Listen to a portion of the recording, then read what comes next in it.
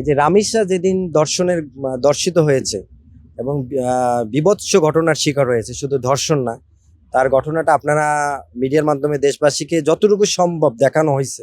Lily premium gold soap 24 carat gold ও multivitamin সমৃদ্ধ, যা ডার্ক স্পট দূর করে বাড়িয়ে তোলে স্কিনের দীপ্তিময় উজ্জ্বলতা।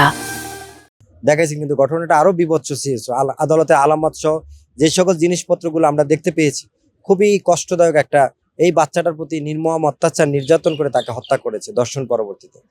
সো এই সকলের এবং একই দিনে এই যেদিন রামিসার ঘটনা ঘটেছে, এক রামিসা আপনার মিডিয়ার মাধ্যমে বাংলাদেশে আলোচনা নিয়ে আসছেন, কিন্তু সেই দিন ওই দিনও বাংলাদেশের আনাচে কানাচে শত লামিয়ার মতো ঘটনা ঘটে গেছে। হয়তো এটা আপনারা মিডিয়ার মাধ্যমে আনতে পারেন না, দেশবাসীও জানতে পারেনি।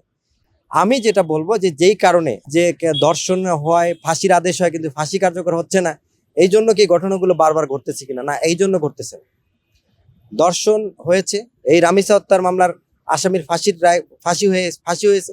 আইনের মাধ্যমে, যেহেতু আইনের একটা পর্যায়ে আছে, রায় হবে, রায়ের পরে আবার আপিল হবে, আপিলের পরে আসামির তো একটা আইনগত অধিকার আছে। সে যত বড় অপরাধী হোক না কেন, আসামিরও আইনের লাভের সুযোগ আছে, আইনের আশ্রয় লাভের সুযোগ আছে, এটা আমাদের সংবিধানই বলা আছে। তো এটা আসলে সময়ের ব্যাপার। তার প্রত্যেকটা অপরাধেরই বিচার হয়, ফাঁসিও হয়, কিন্তু সময় তো অবশ্যই আপনাকে আদালতকে সময় দিতে হবে এবং সবগুলো প্রসিডিউর যেটা আর কি, আইনের যে প্রসিডিউর সবগুলো ফলো আমাদের করতে হবে।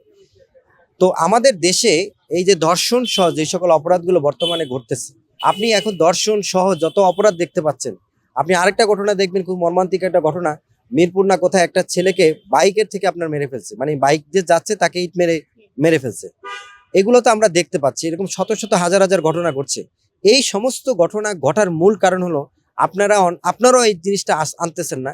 আমি যা দেখতেছি, কারণ আমি রাজনীতির কারণে বিভিন্ন জায়গায় চলাফেরা, এটার মূল কারণ হলো এই দেশে হলো মাদকের ভয়াবহতা।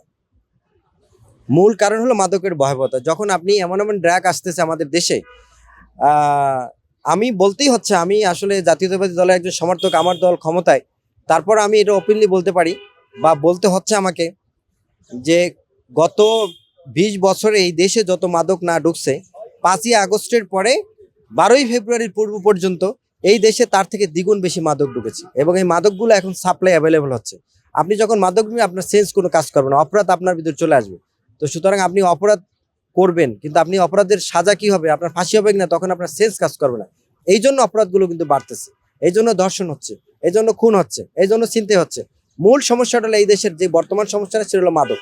সরকার এবং বিভিন্ন সংসদ সদস্য, গতকালকে দেখলাম যে সংসদে তারা মাদকের বিরুদ্ধে যুদ্ধ ঘোষণা করতেছে, মাদক নিয়ে যুদ্ধ করছে। আমি মাননীয় স্বরাষ্ট্রমন্ত্রীকে অনুরোধ করব যে দেশকে বাঁচাতে, দেশের মানুষকে বাঁচাতে, রাষ্ট্রকে বাঁচাতে এই মুহূর্তে মাদকের সাথে যুদ্ধের কোনো বিকল্প নেই। মাদকের যারা কারবারি, শুধুমাত্র লোকাল যারা মাদক ব্যবসা করে তাদের সাথে আপনি যুদ্ধ করে পারবেন না। যারা মূল হোতা, তারা ধরাছোঁয়ার বাইরে।